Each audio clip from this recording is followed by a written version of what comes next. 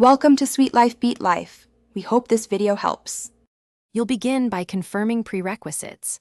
Update iOS and free up enough space because backups fail when storage is low.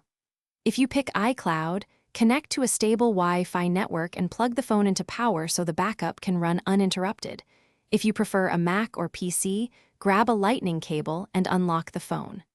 Once done, go to Settings and tap your name for iCloud, or open Finder/iTunes on the computer to prepare the device for the first backup.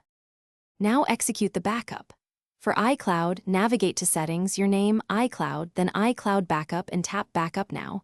Wait for the progress to finish before disconnecting. For a computer, open Finder or iTunes, select your iPhone, choose Backup Now, and opt to encrypt the backup if you want passwords and health data preserved. Make sure to enter and remember the encryption password.